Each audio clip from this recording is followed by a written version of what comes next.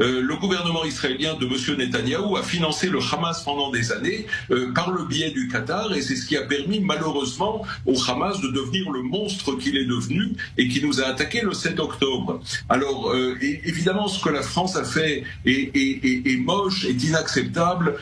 Si effectivement ça a eu lieu, c'est inacceptable entre deux pays amis, donc que la France fasse une chose pareille à Israël, évidemment c'est quelque chose sur lequel nous ne pouvons pas passer à l'ordre du jour. D'un autre côté, nous aussi, nous avons entretenu cette organisation terroriste et voici le résultat.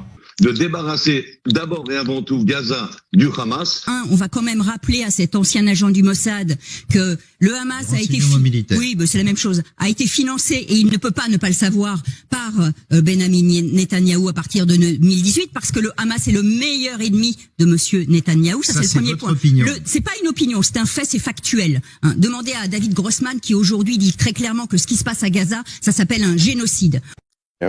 Avec le Qatar, faisait financer Hamas. Oui, bien sûr. Alors on ne sait pas le montant, il y en avait beaucoup. Donc chaque mois, l'avion du Qatar arrivait à l'aéroport Ben Gurion, les gens ne savent pas tellement, ça, avec 10 à 30 millions, était ensuite amené, convoyé par le Mossad en jeep de grand luxe jusqu'à la frontière d'Erez, celle qui a été passée si facilement dans l'autre sens.